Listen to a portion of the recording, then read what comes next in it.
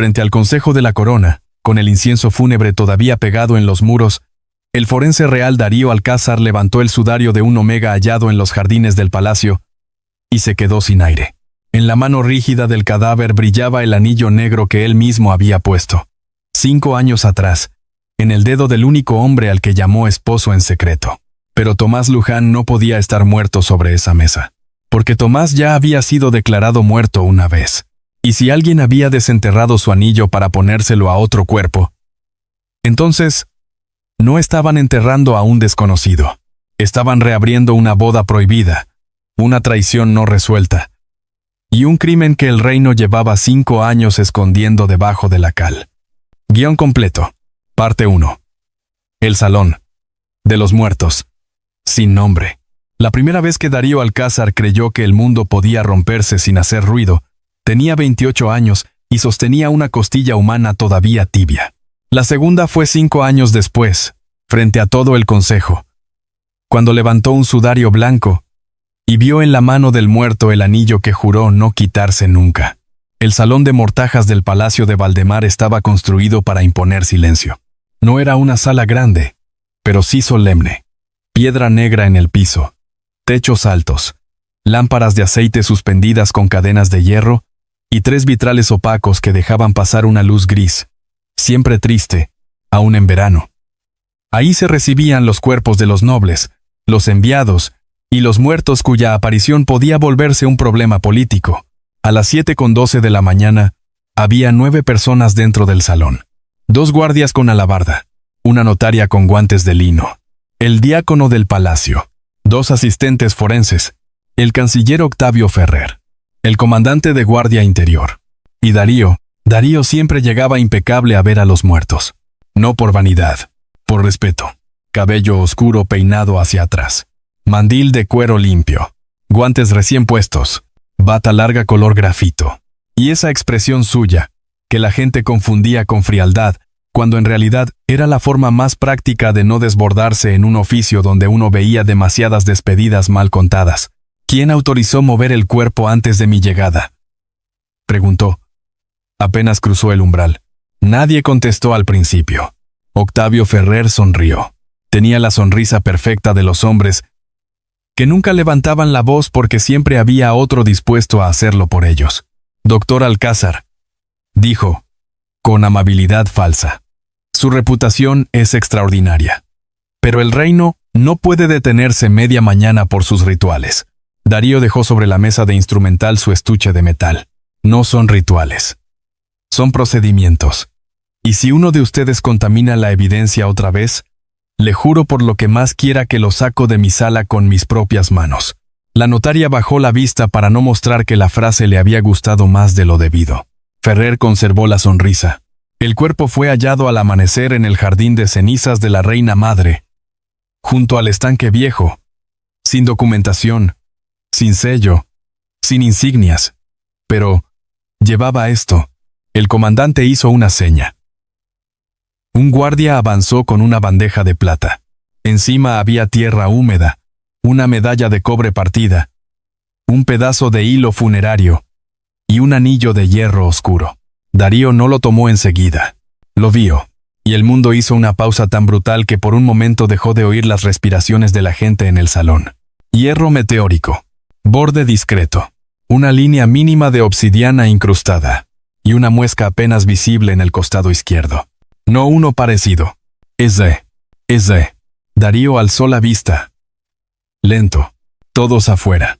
El diácono lo miró. Sobresaltado. Ferrer alzó una ceja. ¿Perdón? Dije que salgan todos. No puede. Por ley funeraria real. Artículo 12. Sección 3 interrumpió Darío, con voz firme. Cuando el cadáver presenta indicios de manipulación política, la Cámara queda en aislamiento técnico hasta primera observación. Si quiere discutir ley conmigo, canciller, le busco una mesa y una pluma. Pero, fuera de aquí, Ferrer sostuvo la mirada apenas un segundo de más. Eso bastó para que Darío confirmara algo. El hombre ya sabía que iba a encontrar ese anillo. 15 minutos, dijo Ferrer al fin. 30, 20, 25 y agradezca que estoy de humor. Cuando por fin la puerta se cerró detrás de todos, Darío se quedó solo con el cadáver. No se movió durante 3 segundos completos. Luego se acercó a la mesa de mármol. El cuerpo yacía cubierto con un sudario blanco demasiado nuevo para un muerto hallado en exteriores. Eso fue lo primero que registró su mente profesional, antes que su memoria personal intentara partirlo en dos. Demasiado limpio, demasiado bien colocado, demasiado teatral. Respiró por la nariz. Agua estancada, saliva seca, aceite de clavo y tierra de jardín. Clavo. El olor lo golpeó en el pecho. Tomás usaba clavo para cubrir el aroma dulce que se le acentuaba cuando estaba cansado. No por vergüenza, por precaución. Un omega trabajando entre registros de linajes y actas de defunción, aprendía pronto que oler demasiado era otra forma de volverse visible. Darío apretó la mandíbula. Tomó el borde del sudario. Lo alzó. Vio primero una frente amoratada, luego pestañas pegadas, luego una nariz distinta, después la boca. No era Tomás. Darío cerró los ojos un segundo. No era Tomás. El alivio y el horror llegaron juntos. Alivio porque el cadáver no era él. Horror porque alguien había usado el anillo de Tomás para vestir a otro muerto como si fuera una nota clavada en su mesa. Le levantó la mano derecha. La piel del nudillo estaba desgarrada. El anillo había sido forzado. No correspondía al tamaño natural del dedo. Había microdesgarros en la base. Un moretón reciente. Restos de piel arrancada. El cuerpo ya estaba rígido cuando se lo metieron o casi. Eso significaba intención, no accidente. Darío tomó la lámpara pequeña y revisó rostro, cuello, clavículas, muñecas, marcas de cuerda, sedación por doble punción en brazo izquierdo, un golpe viejo en costillas, deshidratación severa previa a la muerte, y debajo de la oreja, una cicatriz que le resultó vagamente conocida. Abrió la boca del muerto con cuidado. Un diente quebrado, izquierdo. Darío no sabía todavía por qué se le clavó ese detalle. Bajó al cuello. El sudario estaba sujeto con una costura interior. Muy discreta, muy deliberada. Tomó una tijera fina. Abrió apenas la puntada. De la tela cayó un pergamino doblado. Lo desplegó. Solo una línea. Ya desenterraron tu nombre. Darío sintió que se le vaciaba el cuerpo. Ese mensaje no iba dirigido al muerto. Iba dirigido al vivo al que el reino llevaba 5 años intentando borrar. Tomás Luyan. Darío guardó el pergamino en el bolsillo interior del chaleco y luego tomó el anillo de la mano del cadáver, girándolo hasta revisar el grabado interno. Ahí seguían las letras. D. T. La. Darío. Tomás Luyan. Tuvo que apoyar la otra mano en la mesa para no mostrar temblor. Nadie más conocía ese grabado. Nadie. Salvo 3 personas. Él, Tomás, y la anciana que los casó bajo el observatorio cuando el reino todavía no sabía que tenía una boda prohibida durmiendo en el corazón del palacio. Volvió a mirar al cadáver. No era Tomás, pero sí era un mensaje. Y solo había 2 tipos de mensajes capaces de llegar a una mesa forense con un anillo de bodas encima. Los que piden ayuda y los que anuncian una cacería. Darío salió de la cámara con el anillo en la mano y los ojos convertidos en cuchillos. ¿Y bien?, preguntó Ferrer. Darío lo sostuvo un instante. No sé quién es, dijo. Pero sí sé lo que hicieron con él. ¿Qué cosa? Lo vistieron como si fuera una historia que quieren obligarme a recordar. Ferrer sonrió apenas. Qué poético. No. Criminal. La notaria levantó la pluma. ¿Procedo a acta de desconocido? Darío volteó. No, doctor. Y el protocolo. Se congela todo protocolo. Nadie toca ese cuerpo. Nadie lo embalsama. Nadie lo sepulta. Esta cámara queda bajo custodia personal mía. Eso es excesivo, soltó el comandante. Darío ni lo miró. Mande aviso a las puertas del este. Al barrio de curtidores. A los escribanos del registro civil. Y a las postas del sur. Si entra a esta ciudad un hombre llamado Tomás Luján, yo quiero saberlo antes que cualquier miembro del consejo. Ferrer perdió la sonrisa un segundo. Solo uno. Pero Darío la vio. Y en ese instante supo que estaba frente a algo mucho más grande que un muerto sin nombre. Porque cuando un cadáver aparece en palacio con un anillo que perteneció a un hombre declarado muerto 5 años atrás, el objetivo nunca es el cadáver. El objetivo es el nombre. Parte 2. La boda que el reino nunca registró. 5 años antes, Tomás Luján todavía creía que si escribía suficiente verdad en los márgenes correctos, algún día alguien la vería. Trabajaba en el archivo de defunciones del palacio. Un sitio húmedo, bajo, lleno de madera hinchada, papel enfermo y tinta barata. Ahí caían los nombres de todos los muertos del reino. Nobles, criados, soldados, niños, esposas, omegas, betas, alfas, bastardos, ilegítimos, incómodos. El archivo no era un lugar para idealistas, era un molino. Entraba vida convertida en registro, salía registro convertido en olvido. Tomás tenía 24 años, dedos finos, paciencia de copista y una memoria que a veces le parecía una maldición. Si veía una firma 2 veces, la reconocía. Si una fecha no encajaba, se le clavaba en la nuca como espina. Si una viuda lloraba raro o un noble apresuraba demasiado una partida de defunción, lo notaba aunque no quisiera. Darío lo conoció una noche de lluvia.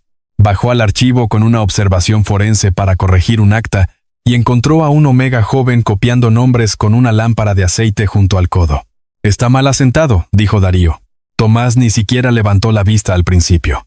«¿Qué cosa?» «La causa de muerte del corredor sur». No fue fiebre. Fue intoxicación. Ahora sí lo miró. Darío siempre causaba impresión la primera vez. Alto. Hombros anchos. Mirada dura. Bata manchada con trabajo real y no con adorno de corte. Pero Tomás estaba demasiado cansado para impresionarse. Entonces vaya con el notario, dijo. Yo copio lo que me mandan. Y al copiarlo, lo fija como verdad. Tomás recargó la pluma. No. Lo fijo como documento. En este lugar no siempre son lo mismo. Darío se quedó callado. No por ofensa, por interés. Volvió al día siguiente. Y después otra vez. Y después más. Primero por trabajo. Luego por hábito. Después porque en aquel archivo húmedo, donde nadie quería bajar voluntariamente, había un hombre que le contestaba sin halagarlo y sin temerle. Empezaron hablando de actas raras. Luego de firmas que se repetían demasiado. Después de cuerpos mal clasificados. Más tarde, de cosas que ya no tenían que ver con el trabajo. Libros, café, insomnio, invierno, el olor de la lluvia sobre la piedra. Tomás se enteró pronto de que Darío era un alfa con pocas palabras, mal carácter y una honestidad que a veces podía sentirse como agresión. Darío descubrió que Tomás parecía frágil hasta que alguien le quería torcer la verdad. Entonces, se volvía durísimo, como vidrio tensado. Se gustaron antes de aceptarlo. Eso fue evidente para todos menos para ellos. Darío llevaba pan tibio porque sobra. Tomás dejaba encendidos 2 quinqués por si el doctor regresa tarde. Darío corregía márgenes con tinta azul para que Tomás pudiera distinguir sus notas al instante. Tomás reservaba los expedientes dudosos hasta que él bajara.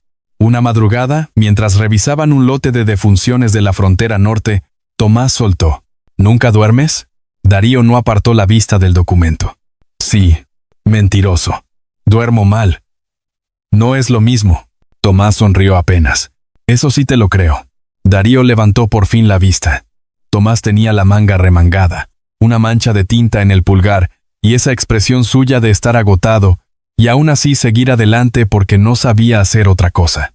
Tú tampoco duermes bien, dijo Darío. Tomás alzó un hombro. Los muertos hacen fila incluso cuando uno apaga la lámpara. Darío se quedó mirando. Tomás sintió el calor subírsele a la cara. ¿Qué? Nada. No era cara llenada. Era cara de que deberías comer más. Tomás soltó una risa breve. Qué manera tan triste de coquetear. Darío lo observó 2 segundos. ¿Eso fue lo que hice? Si no lo fue, te conviene fingir que sí. Esa fue la primera vez que Darío sonrió de verdad delante de él. No fue una gran sonrisa. No fue fácil, pero fue suficiente para que Tomás supiera que ya estaba perdido. Lo clandestino empezó en un corredor ciego del observatorio viejo. Tomás había subido con un manojo de actas que no quería dejar en manos del archivo principal. Darío lo alcanzó para devolverle una nota que había olvidado. Afuera llovía. El techo goteaba sobre las piedras. Había olor a humedad y metal frío. «Se te olvidó esto», dijo Darío, extendiendo el papel. Tomás lo tomó. No se fueron. Se quedaron ahí. Quietos. Demasiado cerca. Esto es mala idea, murmuró Tomás. Darío sostuvo la mirada. Sí, qué alivio que no intentes romantizarlo. No dije que quisiera detenerme. Y lo besó. No como un alfa de novela barata. No como dueño. No como conquistador. Lo besó como un hombre que llevaba semanas agotado de contener algo demasiado grande para seguir fingiendo que no existía. Tomás nunca olvidó ese primer beso, porque no vino con promesas vacías. Vino con verdad. Y eso lo volvió mucho más peligroso. Su relación no duró poco. Duró escondida. Se encontraban en corredores vacíos, en la galería de vitrales ciegos, en el observatorio cuando la cúpula dejaba ver la luna, en el archivo después de medianoche, donde entre papeles viejos y olor a tinta, se construyó algo mucho más serio de lo que ambos planeaban admitir. Pero fue el trabajo lo que los ató de una manera imposible de deshacer. Tomás empezó a encontrar patrones en las partidas. Omegas jóvenes declarados muertos sin examen. Viudas forzadas a renunciar a bienes. Hijos trasladados. Herencias reabiertas después de muertes dudosas. Darío comenzó a cotejar los cuerpos y halló signos que no cuadraban. Sedantes donde reportaban fiebre. Fracturas previas donde hablaban de accidentes. Asfixias disfrazadas de colapso. No era un error aislado. Era un sistema. El reino enterraba gente en papel antes, durante o después de enterrarla en tierra. Y siempre que eso pasaba, alguien arriba ganaba patrimonio, silencio o línea sucesoria. Una noche, Tomás bajó al anfiteatro con un legajo temblando en las manos. Mira esto. Darío lo revisó de pie. Luego se sentó. Luego volvió a leerlo. ¿Cuántos?, preguntó. En esta serie. 27. Pero creo que hay más. ¿Todos omegas? No. La mayoría. Algunos betas. 2 alfas menores. Todos relacionados con herencias, tutela de menores o matrimonios arreglados. Darío dejó el legajo sobre la mesa. Si esto se filtra mal, te desaparecen antes de que amanezca. Tomás respiró hondo. Ya lo pensé. ¿Y aún así lo traíste? ¿A quién más iba a llevárselo? Eso lo cambió todo. Porque en ese instante dejaron de ser amantes escondidos y se volvieron cómplices de una verdad que podía matarlos. Fue Darío quien planteó el matrimonio. No como cuento de hadas, como mecanismo legal y acto desesperado al mismo tiempo. Existía en el derecho antiguo una figura casi olvidada. El voto privado eclesiástico, que adquiría valor de unión si podía probarse intención mutua y testimonio moral. No era tan fuerte como un matrimonio registrado por la corona, pero sí bastaba para impedir que un cónyuge fuera interrogado como mero subordinado en ciertos procesos. Si nos unimos, dijo Darío, aunque sea por vía privada, ganas una capa mínima de protección. Tomás lo miró fijo. ¿Me estás pidiendo matrimonio por estrategia jurídica? Darío no apartó los ojos. Empecé pensándolo así. Y luego entendí que si no te lo pido, me voy a arrepentir toda la vida. Tomás se quedó mudo, porque Darío jamás usaba palabras más grandes de las que podía sostener. No me prometas cosas que no puedas darme, dijo Tomás. Te prometo exactamente lo que sí puedo darte, respondió él. Mi nombre, mi lealtad, y todo lo que esté en mis manos para que no te borren. Tomás quiso reírse, quiso llorar, quiso decirle que estaban locos. Dijo otra cosa, entonces que sea real, aunque nadie más lo vea. Se casaron bajo el observatorio viejo, con doña Elvira como única testigo.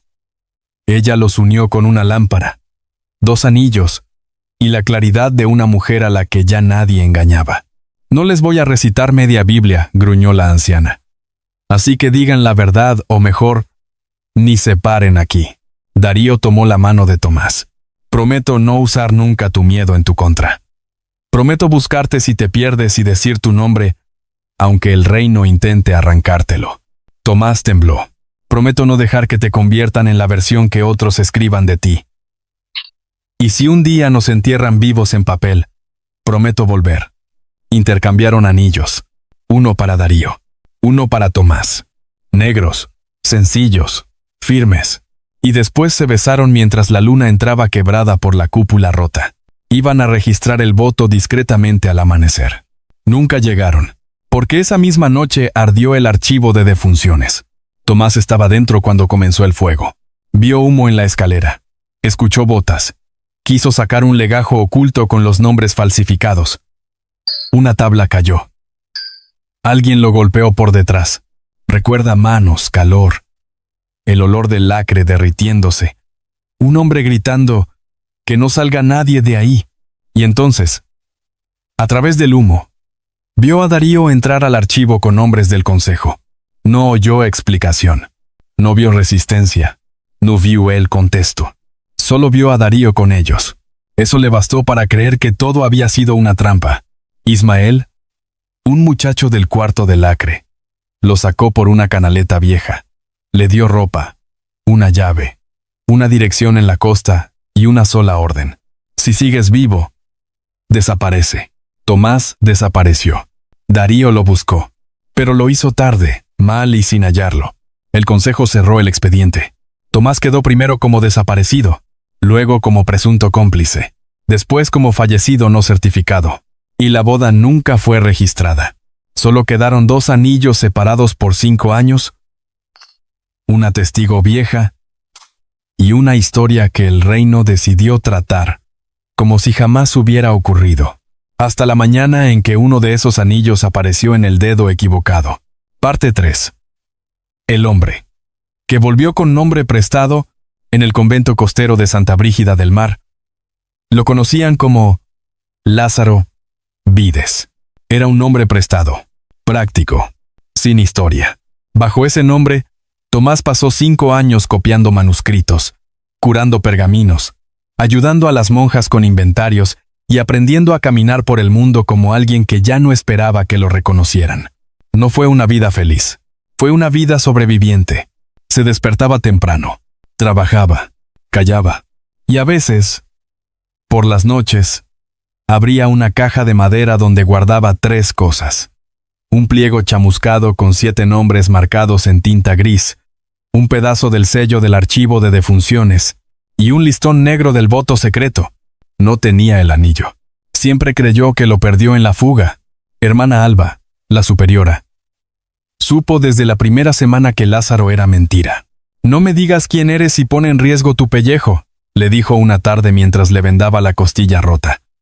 «Pero no me inventes una historia floja. Para mentir bonito también se necesita oficio». Tomás, medio delirando, solo alcanzó a preguntar cuánto debía. «Me pagas quedándote vivo», respondió ella. Y eso hizo. Se quedó vivo. Hasta que llegó la carta. Se la trajo un niño pescador una mañana de marejada baja. El sobre venía sin sello oficial, pero sujeto con hilo funerario. Adentro había un recorte de gaceta, una estampita vieja y una línea escrita a mano. «Lo encontraron con tu anillo». Tomás sintió que la habitación se inclinaba. Leyó el recorte. «Omega desconocido hallado en jardines palaciegos. Cámara forense cerrada por orden del doctor Darío Alcázar. Ilecitadme, Mirias». Darío, 5 años sin verlo. 5 años sin saber si odiarlo bien o amarlo peor. Y el nombre seguía haciendo lo mismo dentro de su pecho. Abrir puertas que él llevaba media década soldando. Hermana Alba leyó el recorte en silencio. «¿Es él?», preguntó. «No lo sé». «¿Y el anillo?». Tomás tardó en responder. Ese anillo solo podía venir de una noche que el reino decidió borrar. La monja levantó la vista. «¿Entonces no buscan un muerto?». Tomás sintió el peso de la frase caerle encima. «No». «¿Te buscan a ti?». «Sí». «¿Vas a volver?». Tomás miró el mar por la ventana. Era gris, casi metálico, igual que el cielo de la capital el día en que huyó. «Si no vuelvo», dijo, «van a enterrarme 2 veces». No salió rumbo al palacio como héroe. Salió con miedo. Miedo de encontrar a Darío intacto. Miedo de encontrarlo podrido. Miedo de que sí hubiera traición. Miedo de que no la hubiera, porque eso haría mucho más dolorosos los 5 años perdidos. Entró a la capital por el barrio bajo, con capa de lana burda y el rostro medio cubierto. Nadie reconocería de inmediato al archivista presumiblemente muerto. No porque hubiera cambiado tanto, sino porque nadie veía de verdad a hombres como él hasta que ya no les servían. Bajó por la acequia seca detrás del curtido, atravesó el patio de hornos abandonados y llegó al pasillo viejo bajo la capilla de los campanarios. Ahí esperaba ver solo piedra. Se encontró a Darío. No de frente. Al principio. Primero escuchó sus pasos. Luego la luz de una lámpara recortó la silueta en la esquina. Después el hombre salió del arco con esa misma forma de andar precisa. Como si incluso cansado midiera el mundo a la altura exacta de sus decisiones. Tomás dejó de respirar un segundo. Darío estaba más delgado. Más duro. Los años le habían marcado los ojos. Pero seguía siendo él. No había nada noble en esa escena. Solo dos hombres quebrados por una misma noche, midiéndose en un corredor húmedo como si cualquier palabra equivocada pudiera reabrir 5 inviernos de silencio de una sola vez. «Puedes salir», dijo Darío sin alzar la voz. «Sé que estás aquí». Tomás no se movió. «Encontré clavo en el pergamino. Resina de convento y sal marina en la costura», continuó Darío. «Solo hay 3 lugares en el reino que escriben así. En uno vive un hombre que doblaba siempre el papel en 3 para que la humedad no lo venciera». Tomás salió de entre las columnas. Darío se quedó inmóvil. Había imaginado ese momento tantas veces que ninguna realidad podía compararse con la punzada concreta de verlo ahí, vivo, respirando, mirándolo con rencor. «No des un paso más», dijo Tomás. Darío obedeció. «Te busqué». Tomás soltó una risa sin humor. «¿Sí? Qué raro. Porque desde donde yo estaba, lo que vi fue otra cosa. No sabes lo que viste esa noche. Vi suficiente». «No». La firmeza en la voz de Darío era la de siempre. Eso enfureció a Tomás más de lo que quería admitir. «No vine a discutir el pasado en un pasillo», dijo Darío. «Vine a decirte que el muerto trae tu anillo. No eres el cadáver. Y alguien quiere que yo crea que sí». Tomás apretó la mandíbula. «No era mío. Lo sé». Eso lo hizo titubear. Darío metió la mano al chaleco y le mostró el pergamino. Tomás leyó la frase. «Ya desenterraron tu nombre. Se le heló el cuerpo». Ismael susurró. Darío frunció el ceño. «¿Quién?» «El muchacho que me sacó del archivo». Le contó apenas lo necesario. Ismael. El horno de lacre. La fuga. La llave. El miedo. Darío escuchó sin interrumpir. Cuando Tomás terminó, él dijo: «Entonces quien murió era alguien que te conocía. Y si llevaba tu anillo, no fue un mensaje improvisado». Tomás respiró hondo. Quiso preguntarle por qué entró aquella noche con el consejo. Quiso reprocharla. Quiso decirle que todavía le dolía incluso verlo. Pero el cadáver pesaba más que su orgullo. «¿Dónde está el cuerpo?» Darío abrió la puerta lateral de la cámara. «Conmigo». Tomás se detuvo. ¿Vienes solo?» «Sí». «¿Sin trampas?» «Sin trampas». Tomás lo miró duro. «Si me mientes otra vez». «Esta vez sí. Me aseguro de no volver». Darío sostuvo la mirada con una sinceridad casi insoportable. «Nunca dejaste de volver». Tomás bajó la vista un instante, furioso consigo mismo por sentir ese golpe. Luego entró, no al palacio, a la investigación. Y, sin quererlo todavía, de nuevo a la historia que creyó terminada. Parte 4. El muerto tenía nombre, pero no era el suyo. La cámara forense seguía oliendo a vinagre, cera tibia y hierro. Tomás se quedó quieto, apenas cruzó la puerta. Hacía 5 años que no entraba a un cuarto del palacio con cerrojo cerrado. Darío notó la tensión con solo ver cómo se le endurecieron los hombros. Sin decir nada, dejó la llave sobre la mesa, a plena vista. El gesto fue pequeño, pero Tomás lo entendió. No estaba atrapado. Darío levantó el sudario. Tomás miró el rostro del muerto, y lo reconoció, no con un grito, no de forma teatral. Lo reconoció como uno reconoce la torcedura de un puente que vio construir. Detalle por detalle. De manera irreversible. Ismael dijo al fin. Tenía el diente izquierdo roto. La cicatriz en la muñeca. Una pequeña mancha de nacimiento bajo el lóbulo derecho. Tomás cerró los ojos. No lloró de inmediato. Solo apoyó la mano en la mesa y respiró hondo varias veces, como si el dolor tuviera que atravesar primero una capa gruesa de incredulidad antes de llegar al pecho. «Me salvó la vida», dijo. Darío lo dejó en silencio unos segundos. «Entonces no murieron todos los que el incendio debía borrar», murmuró. «Trabajaron lado a lado. No como antes. Todavía no. Pero sí como 2 hombres que, incluso rotos, sabían pensar juntos mejor que separados». Darío revisó las punciones. Tomás la ropa. Darío las manos. Tomás, las costuras del manto. Esto no es ropa suya, dijo Tomás. Ismael no tenía acceso al lino así, ni aunque hubiera robado en media corte. Coincido. Y este aceite de clavo está mal hecho. Quisieron acercarlo a mi rastro, pero no sabían la mezcla exacta. Darío lo miró de reojo. Siempre usaba zumo con clavo. Tomás respondió sin pensarlo. Y cera vieja. Se hizo un silencio breve. Los dos sintieron el peso de todo lo que seguían recordando. Tomás apartó la vista y revisó el interior del manto. Descubrió un parche cosido con mano torpe pero urgente. Tiró un poco del hilo y cayó un polvo gris con destellos. Darío acercó la lámpara. Eso no es simple ceniza. Tomás pasó los dedos con cuidado. Mica. Polvo de actas viejas quemadas. El archivo soltaba eso cuando la humedad lo enfermaba y luego el calor lo cocía. Darío guardó una muestra. Entonces este cuerpo estuvo cerca de lo que quedó del archivo, o de un escondite, donde guardaron sus restos. Tomás sintió un escalofrío. Metió la mano bajo el cuello del cadáver. Entre el forro encontró una costura doble más. Escondida. La abrió con una navaja fina.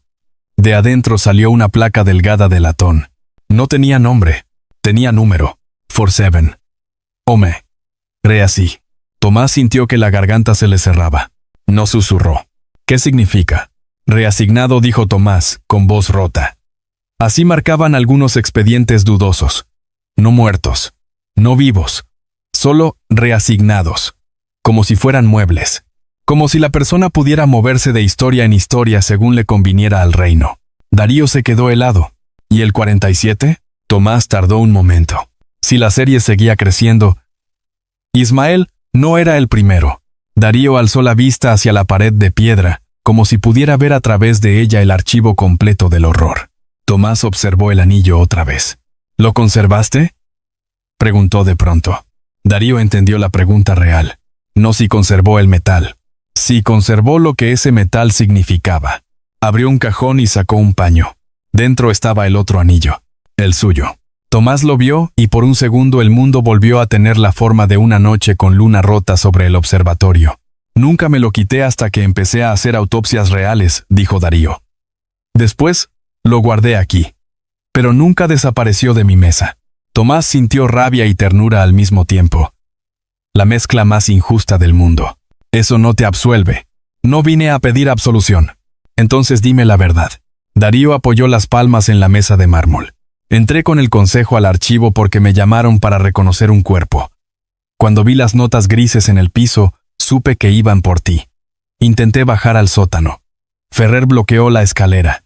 Cuando llegué al cuarto del lacre ya no estabas. Después me hicieron firmar un reporte parcial y me suspendieron el acceso 2 días. Para cuando pude volver, tú ya eras un expediente ambiguo y el archivo estaba sellado. Tomás lo miró sin pestañear. Quería encontrar una fisura. Pero Darío hablaba como siempre hablaba cuando decía la verdad, sin decorarla. ¿Y por qué no me buscaste fuera del palacio?, preguntó Tomás. La pregunta salió con más dolor que enojo. Darío bajó un poco la voz. Porque te busqué donde yo habría huido. Pensé como alfa, como funcionario, como hombre con recursos, no como tú. Y cuando entendí eso, ya era tarde. Tomás quiso odiarlo otra vez. No pudo hacerlo limpio. Darío tocó la placa de latón. Necesitamos saber de dónde salió esto. Tomás se quedó callado un momento. Luego metió la mano dentro del abrigo y sacó la llave que Ismael le dio en la fuga. La dejó sobre la mesa. Debajo de la capilla de los campanarios hay una puerta de cal, dijo.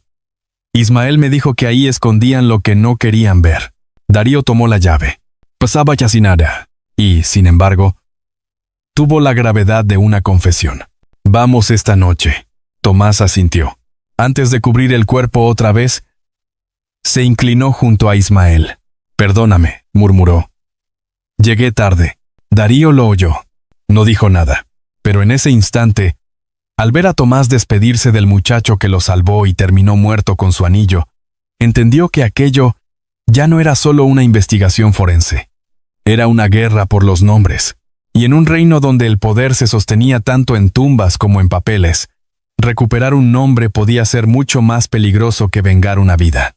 Parte 5. La puerta de cal y los muertos administrativos. Bajaron después de medianoche. La capilla de los campanarios estaba oficialmente clausurada por grietas estructurales desde hacía 8 años. Nadie vigilaba el subsuelo porque los nobles detestaban caminar donde la piedra sudaba humedad, y los sirvientes preferían fingir que ciertos pasillos no existían.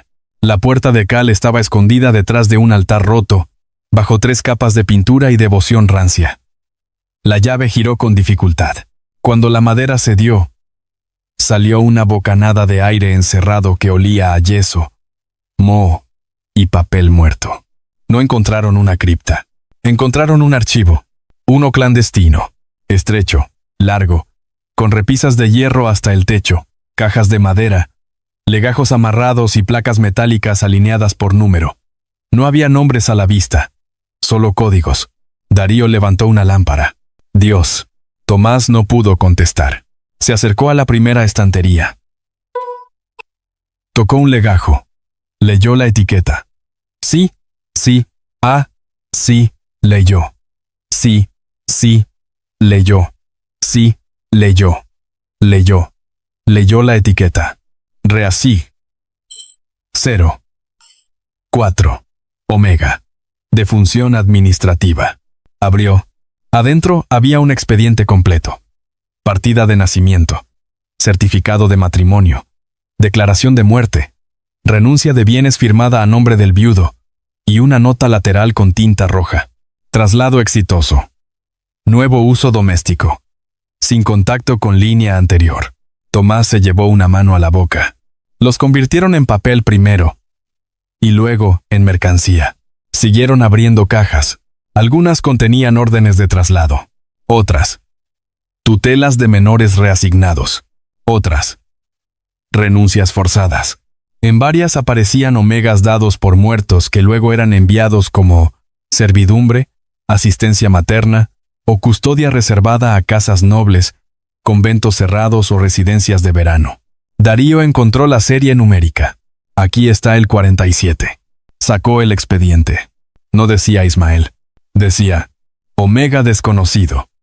Auxiliar de archivo. Activo irregular. Eliminación necesaria por contacto con sujeto el 19. Tomás sintió el golpe antes de entenderlo. 19. Murmuró. Luján. Archivo 19. Yo.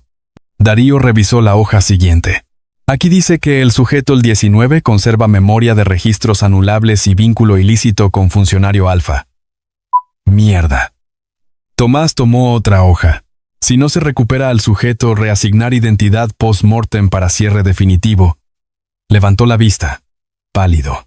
Querían usar un cadáver para matarme en el papel. Darío volvió páginas con rapidez. Apareció un nombre varias veces. O. Ferrer. Dirección final de custodia. Aprobado por C. D. Patrimonio y linajes.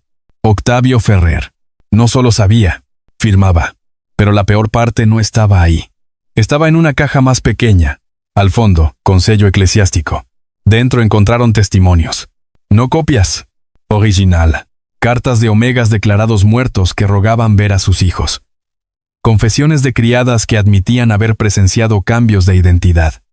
Notas de médicos presionados a firmar causas falsas. Y al final, un cuaderno de tapas azules escrito con letra temblorosa. Tomás lo abrió. Reconoció la letra enseguida. Ismael. El muchacho había escrito en fragmentos, como quien no sabe si tendrá tiempo de terminar.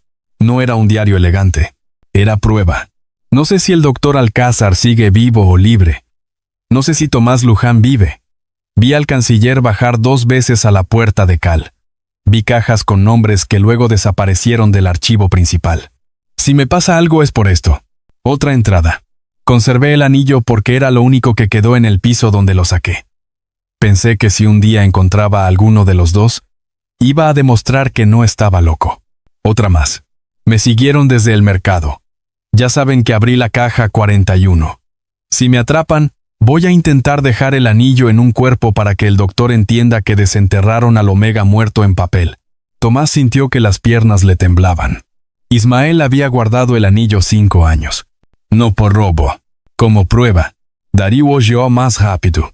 Encontró una lista de nombres marcados con tinta gris. ¿Esto lo conoces? Tomás asintió.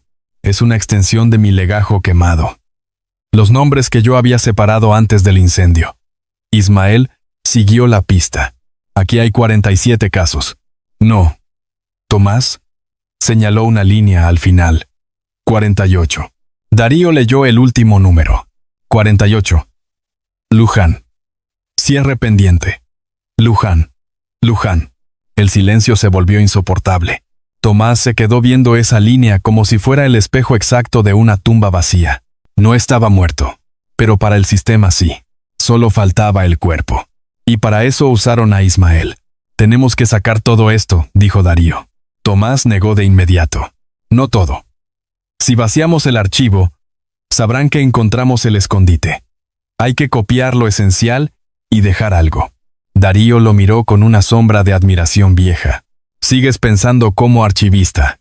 Y tú sigues pensando como alguien que rompe puertas antes de leer el edificio. Darío casi sonrió. Casi. Trabajaron 1 hora. Copiaron nombres clave. Firmas. Órdenes de traslado. La serie del caso 47 y el 48. Las páginas del cuaderno de Ismael. Un pliego donde aparecían 3 futuras reestructuras de expediente, programadas antes de la coronación. Eso era lo urgente. 3 personas aún vivas, o con expediente abierto, iban a ser borradas legalmente antes de que el nuevo rey jurara continuidad. Uno era Tomás. Los otros 2. Una antigua nodriza de la reina madre y un beta notario del registro civil llamado Lucio Mena. Lucio, dijo Tomás. Lo conocí. Era honesto. Darío cerró la caja. Entonces ya corremos tarde. Justo cuando iban a salir, escucharon pasos arriba. No uno. Varios. Darío apagó la lámpara de inmediato. La oscuridad se volvió espesa. Voces al otro lado de la puerta. Revisen bien. El canciller quiere confirmación. Tomás sintió que el corazón se le iba a salir. Darío lo tomó del antebrazo y lo pegó a la pared. ¿Hay otra salida?, susurró en su oído. Tomás, con la respiración rota, pensó rápido. Recordó planos viejos, conductos de ventilación. Al fondo, detrás de los anaqueles, una compuerta baja usada antes para subir cajas a la sacristía. Asintió. Caminaron casi a oscuras, guiándose con manos, memoria y respiración. La puerta de cal se abrió detrás de ellos. Entró luz. Una voz. Aquí estuvo alguien. Darío empujó a Tomás hacia la compuerta, abrió con el hombro y lo metió primero. Afuera, los hombres empezaron a revisar. Tomás podía oír el papel moverse. Las botas, las maldiciones, estaban atrapados en un túnel angosto, tan pegados que el aliento de Darío le rozaba la sien. No hagas ruido, murmuró Darío.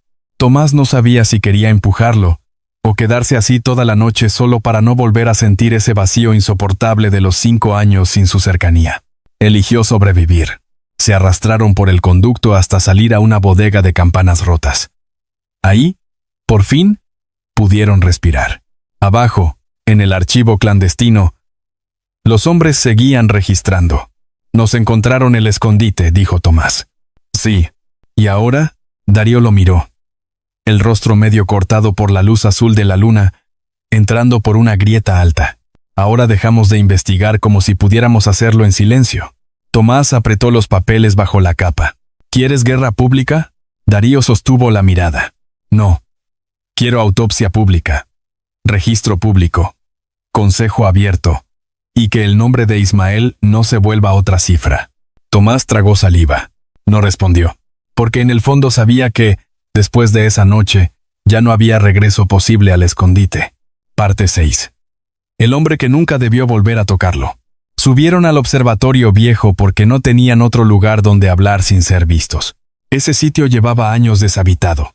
La cúpula seguía rota, los bancos de piedra húmedos y el piso sembrado de polvo fino. Ahí se casaron. Ahí se prometieron volver. Ahí se rompieron sin saberlo. Tomás entró primero. Dejó la capa sobre un banco y apoyó los pliegos copiados en la mesa central. Darío cerró la puerta y giró el seguro. Ninguno habló al principio. Se oía el viento colarse por la cúpula rota y el tañido lejano de una campana del puerto. Tomás se frotó las manos. Tenía frío, y no era solo por el clima. ¿Dónde está doña Elvira?, preguntó de golpe. Darío lo miró. Vive. Retirada en la calle de los curtidores. La ayudé a salir del servicio hace 2 años. Tomás sintió un extraño alivio. Entonces todavía tenemos testigo. Sí. Tomás soltó el aire despacio. No pensé que la hubieras protegido. La frase salió sin malicia premeditada, pero hirió igual. Darío se quedó quieto. A ti no pude protegerte, dijo al fin. A ella sí. Tomás volteó. Había cansancio real en los ojos de Darío. No pose. No dureza de funcionario. Cansancio de hombre. No hagas eso, murmuró Tomás. ¿Qué? Hablar como si eso borrara 5 años. No los borra. Entonces no me pongas esa cara. Darío dio un paso. Tomás. No. Retrocedió apenas. Tú no sabes lo que fue vivir con un nombre prestado. No sabes lo que fue despertarme todos los días pensando si me vendieron, si me buscaron, si me creíste muerto, si me quisiste muerto. Darío se quedó helado. Nunca. Yo te vi entrar con ellos, y yo te vi en cenizas y ausencia. Se hizo un silencio denso. Tomás respiraba rápido. Darío tenía las manos abiertas, lejos del cuerpo, como si supiera que cualquier movimiento brusco iba a quebrar algo más. ¿Sabes qué fue lo peor?, dijo Tomás, la voz quebrándose al fin. No fue pensar que me entregaste. Fue no poder dejar de amarte, ni siquiera mientras lo pensaba. Darío cerró los ojos un segundo, como si eso le hubiera dado exactamente donde más dolía. Yo tampoco pude dejar de amarte, respondió. Ni cuando pensé que habías elegido huir sin decirme, ni cuando encontré expedientes cerrados con tu nombre, ni cuando intenté odiarte para seguir trabajando. Tomás se rió con amargura. ¡Qué bonito! ¡Qué tragedia tan limpia! No es limpia, dijo Darío, apenas más fuerte. Está podrida. Y precisamente por eso necesito que dejes de creer que vine a pedirte perdón antes que verdad. Tomás lo miró fijo. Darío avanzó otro paso.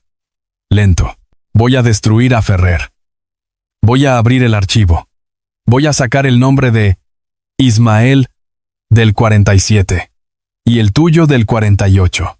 Pero no puedo hacerlo si sigues tratándome como si el peor crimen ya estuviera resuelto entre nosotros. Tomás bajó la vista un instante. Lo odiaba porque seguía sabiendo decir la verdad de forma insoportable. ¿Y qué quieres entonces?, preguntó. Darío tardó un segundo. Luego dijo la frase más peligrosa de toda la noche. Quiero tocarte sabiendo que esta vez no vas a desaparecer en cuanto abra los ojos. Tomás sintió que se le vació el aire. No era momento. No era prudente. No era justo. Y aún así, durante una fracción de segundo, quiso cruzar los pasos que faltaban y apoyarse en ese pecho como cuando todo aún no ardía. No lo hizo. Solo dijo, no me toques hasta que terminemos esto. Darío asintió. Pero en sus ojos pasó algo grave.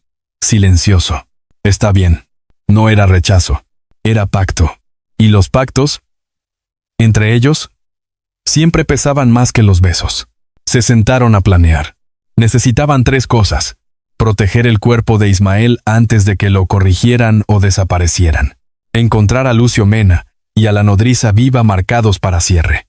Conseguir una instancia pública antes de la coronación, cuando todo aún pudiera interrumpirse. El primer problema se resolvió con brutalidad elegante. Darío envió a sus 2 asistentes de mayor confianza a quedarse a dormir dentro de la cámara funeraria, con inventario sellado a triple copia y orden por escrito de contaminación penal si alguien movía el cuerpo. Era un reto frontal al consejo. El segundo era más difícil. Lucio Mena, el notario Beta, seguía trabajando en el registro civil del ala sur. La nodriza, según el archivo, estaba recluida en la casa de descanso de San Aurelio. Un asilo con nombre piadoso y fama de no devolver a la gente que entraba. El tercero dependía de algo peor. Del príncipe regente. Del príncipe regente. Julián de Oria, heredero en funciones, llevaba meses preparando su coronación plena. Era inteligente, pero estaba rodeado por la misma red de hombres que habían administrado el reino bajo su padre. Si Ferrer caía, caerían más. ¿Crees que nos escuche? Darío pensó antes de responder. Creo que escuchará si lo arrinconamos con evidencia y un cadáver que no pueda ignorar. Tomás asintió. Entonces primero Lucio. Darío estuvo de acuerdo. Cuando terminaron, el cielo ya estaba aclarando. Tomás se acercó a la puerta. Iba a irse por el pasillo exterior cuando Darío habló detrás de él. Tu cuarto del archivo. Tomás se quedó quieto. ¿Qué pasa? Nunca dejaron que se vaciara por completo. Lo mantuve sellado como zona de combustión inestable. Tomás volteó despacio. ¿Lo mantuviste cerrado todos estos años? Darío asintió. No podía soportar que alguien más pusiera las manos ahí. Tomás se quedó viéndolo sin saber qué hacer con tanto dolor antiguo que, de pronto, también parecía cuidado. Eres un imbécil, murmuró. Darío casi sonrió. Sí, y te odio por seguir diciéndome cosas que yo sí te creo. Esta vez la sonrisa fue apenas visible. Lo sé. Tomás abrió la puerta. Se detuvo en el marco, sin mirarlo. Si salimos vivos de esto, entonces hablamos de nosotros. Darío bajó la voz. No. Si salimos vivos de esto, entonces ya no volvemos a hablar de nosotros como si fuéramos ruinas. Tomás sintió algo temblar muy hondo. Y se fue antes de hacer una tontería. Parte 7. Lucios. Cerraduras. Y una verdad mal guardada. Lucio Mena no era difícil de encontrar. Lo difícil era llegar a él antes que Ferrer. El registro civil del ala sur abría desde temprano, con filas de viudas, soldados, comerciantes y una procesión interminable de personas intentando demostrar con papel lo que la vida les había quitado sin firmas. Tomás entró por la puerta lateral de auxiliares. Darío lo observaba desde la galería superior, fingiendo revisar una lista de tasas funerarias. El plan era simple: acercarse, advertirle y sacarlo sin levantar ruido. Los planes simples duraban poco en Palacio. Lucio estaba en la mesa tercera. Beta, flaco, gafas redondas, barba mal recortada y una forma nerviosa de morderse el labio cada vez que alguien pedía un expediente antiguo. Tomás lo reconoció enseguida. También reconoció al guardia que fingía leer en un banco cercano. Y al segundo. Junto a la puerta, ya estaban sobre él. Tomás avanzó sin apresurarse. Disculpe, dijo en tono neutro. Busco una partida de tutela de hace 5 años. Caso del Distrito Oeste. Lucio levantó la vista. No lo reconoció al principio. Luego sí. Los ojos se le abrieron apenas. Tomás dejó caer una palabra muy bajita. Puerta de cal. Lucio palideció. Darío, desde arriba, lo vio. Mal. Muy mal. El guardia del banco se puso de pie. Tomás sonrió con desgano. No voltees, murmuró. Te están vigilando. Si quieres seguir vivo, te vas a equivocar ahorita. Lucio tragó saliva. No sé de qué habla, señor. Perfecto. Ya empezaste bien. El guardia se acercó. ¿Algún problema? Tomás soltó la frase con voz más alta, teatral. Sí, bastante. Este señor me está diciendo que mi expediente de residencia fue destruido por ratas. ¿Le parece serio? Lucio entendió el juego. Yo no dije ratas, contestó, siguiéndole. Dije humedad. ¿Qué es peor? Varias personas voltearon. El guardia dudó. Tomás se inclinó sobre el mostrador y golpeó con 2 dedos la madera. Entonces va a rehacerlo. O le juro que le voy a levantar queja hasta que lo manden a contar lápices al granero. Ahora más gente estaba mirando. Eso era bueno. Un arresto silencioso ya no era opción. Lucio sacó un pliego cualquiera y escribió algo rápido en la esquina inferior. Luego lo empujó hacia Tomás junto con una expresión ofendida. Pase mañana. Tomás tomó el papel. La nota, diminuta, decía: ¿Me siguen? Calle de Curtidores. Tercera campana. Mañana no me sirve, replicó Tomás. Aún actuando. Pero volveré. Se dio la vuelta. El guardia lo midió con fastidio. Pero ya no podía hacer nada enfrente de media fila.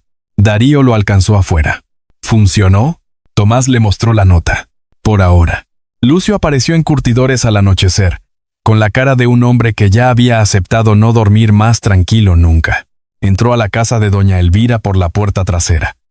La anciana, que ya sabía demasiado para su edad y su gusto, los recibió con un: si me van a hundir la vejez, al menos traigan pan. Cuando vio a Tomás, dejó la taza a la mitad. Mira nada más, dijo, con los ojos húmedos. y una dureza que intentaba cubrirlo. Ya decía yo que ni la muerte iba a tragarse completo a uno de ustedes. Tomás sonrió por primera vez en días. Hola, doña Elvira. Ella lo abrazó una sola vez. Fuerte, breve, como si no creyera en perder tiempo cuando el amor podía ponerse práctico. Lucio habló después, y habló mucho. Llevaba 2 años detectando expedientes extraños. Muertes administrativas, cierres anticipados, tutelas reabiertas con órdenes firmadas por Ferrer y por el Consejo de Patrimonio. Empezó a guardar copias escondidas, pensando que algún día podría venderlas o entregarlas. Nunca decidió cuál. Hasta que encontró el expediente 48. Thomas Luyan. Cierre pendiente. Ahí entendí que no era solo corrupción patrimonial, dijo Lucio. Era una red entera de borrado. Si podían matar legalmente a alguien que ya constaba muerto y dejar otro cuerpo con su nombre, entonces cualquiera de nosotros podía convertirse en sustituto de una historia ajena. Darío le mostró las páginas de Ismael. Lucio se descompuso. Yo lo vi hace 4 días, susurró. Vino al registro. Quería saber si el número 47 seguía abierto. Le dije que estaba loco si seguía moviendo eso. Me respondió que prefería estar loco a volverse cifra. Tomás cerró los ojos. Doña Elvira dejó la taza con fuerza. Entonces ya basta de andar llorando bonito.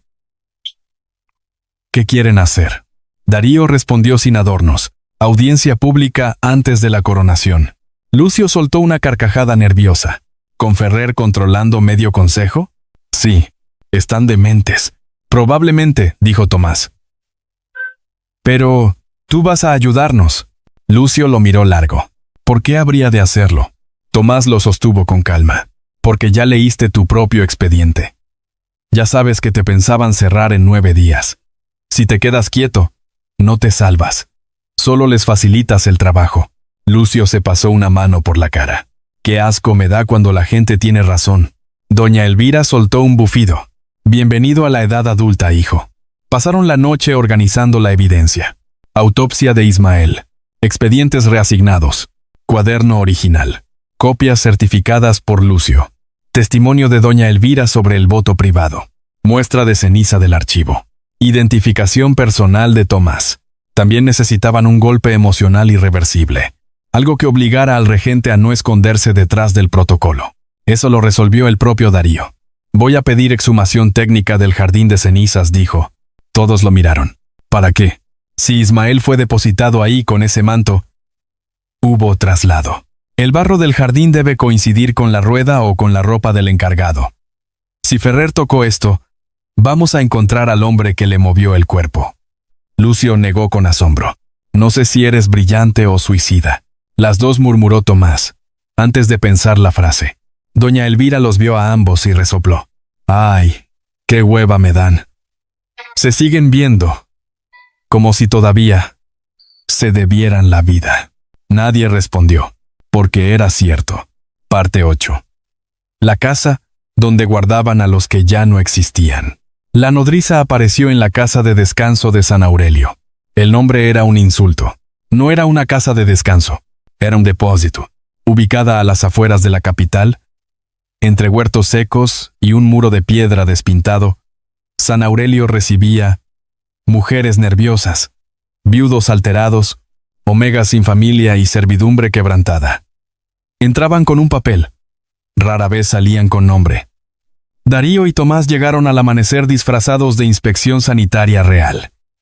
Lucio consiguió los sellos. Doña Elvira el carruaje. Darío, la autoridad suficiente para entrar pateando puertas si hacía falta. No hizo falta patearlas al principio. La administradora, una beta huesuda de nariz larga, se puso blanca cuando vio el sello forense. No fuimos avisados de esta visita. Me fascina sorprender gente, dijo Darío. Entraron.